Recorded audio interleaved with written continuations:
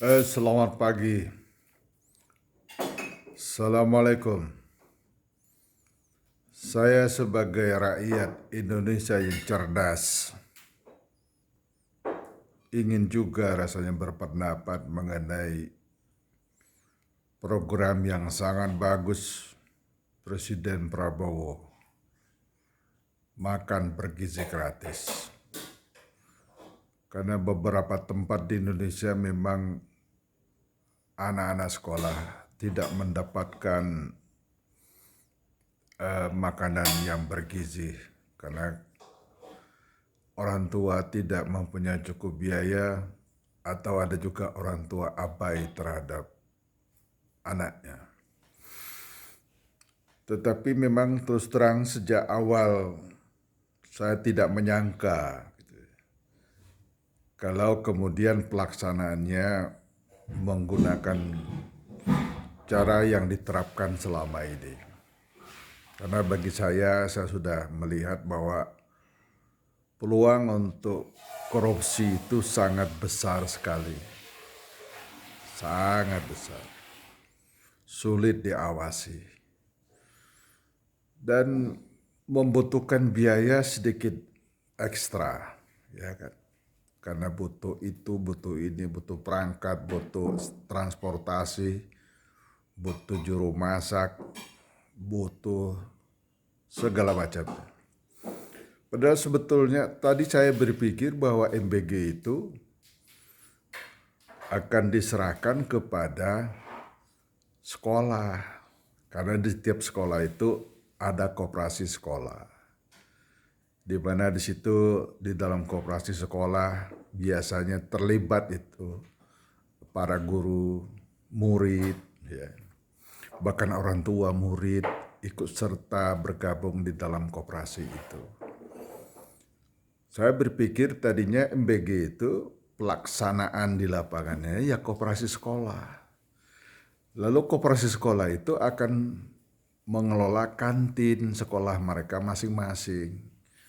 Karena kantin sekolah ini kan sudah paham apa menu yang disukai oleh anak-anaknya. Tinggal Badan Gizi Nasional mengawasi menu-menu tersebut gitu ya.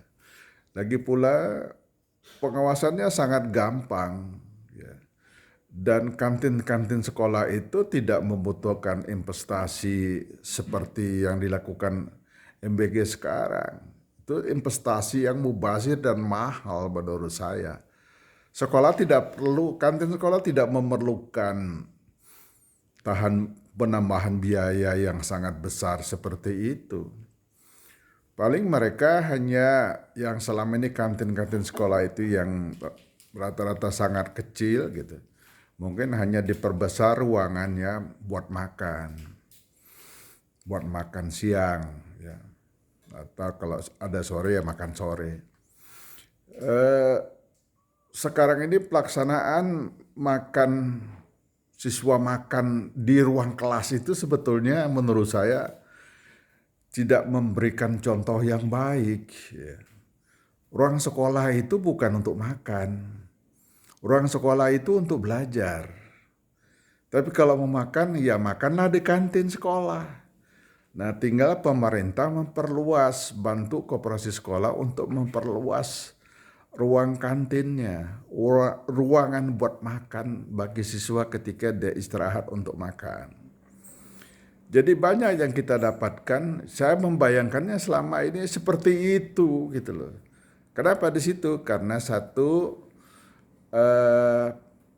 dia lebih murah, lebih efektif, lebih mudah diawasi karena ada keterlibatan guru, ada keterlibatan siswa, dan ada keterlibatan orang tua siswa. Dan ingat loh, sekarang ini di Indonesia tidak semua sekolah menerima MBG. Bagi sekolah-sekolah yang bonafit, ya, seperti banyak di kota-kota besar, menu MBG itu bagi mereka tidak menarik. Karena menu makanan yang disajikan oleh kantin mereka mungkin lebih hebat dari itu. Ya kan? Lebih bergizi dari yang disajikan. lebih bermutu malah kadang-kadang kan gitu. Ini sekolah-sekolah tertentu banyak yang menolak MBG gitu ya. Jadi sebenarnya MBG itu tidak perlu dipaksakan. Bagi sekolah yang mengajukan MBG, silahkan mengajukan kepada eh, Kementerian Pendidikan atau Badan Nasional Gizi. Ya, tidak perlu dipaksakan semua sekolah harus mempunyai MBG, nggak perlu. Tetapi bagi daerah-daerah yang memang tertinggal dalam hal mutu gizi siswanya atau masyarakatnya, ya memang diprioritaskan. Jadi menurut saya sarankan kepada Presiden Prabowo untuk merubah pelaksanaan MBG selama ini. Serahkan saja kepada koperasi sekolah.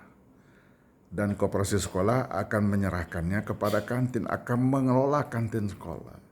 Biarlah anak-anak sekolah itu makan di kantin, bukan di ruang sekolah. Biarlah anak-anak itu belajar mengelola koperasi bersama gurunya, bersama orang tua. Mereka mungkin terlibat karena biasanya di sekolah itu ada komunitas orang tua yang dilibatkan dalam berbagai hal kegiatan sekolah. Saya yakin ini jauh lebih murah, lebih efektif, lebih mudah diawasi, ya kan?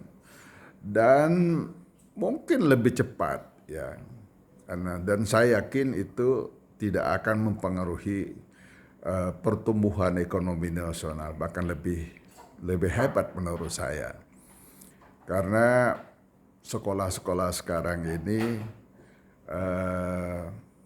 sudah memiliki standarisasi sekolah dan mereka saya dulu waktu masih sekolah juga ikut terlibat di dalam koperasi sekolah ya. Mungkin dengan anggaran MBG yang mereka kelola, mereka mulai belajar. Jadi siswa mulai dari SMP, SMA, mereka sudah belajar tentang koperasi. Kalau memang koperasi itu akan kita jadikan sebagai sokok guru perekonomian nasional seperti yang diinginkan oleh Undang-Undang Dasar 1945. Seperti yang sering kita dengung-dengungkan bahwa koperasi inilah tulang punggung perekonomian nasional yang sesungguhnya yang ingin kita terapkan. Ya terapkan saja MBG ini melalui koperasi sekolah. Mereka yang akan mengelola kantinnya. Dan saya yakin seyakinnya ini akan mudah dan pengawasannya tidak terlalu sulit seperti sekarang. Dan akan terhindar dari tekanan-tekanan birokrasi lain yang mencoba mencari keuntungan. Ya, tapi kalau tidak akan dirubah, saya yakin EBG dengan cita-cita yang sangat luhur itu akan hancur, berantakan. Anggaran negara habis, menguap, ya kan. Terima kasih. Selamat pagi.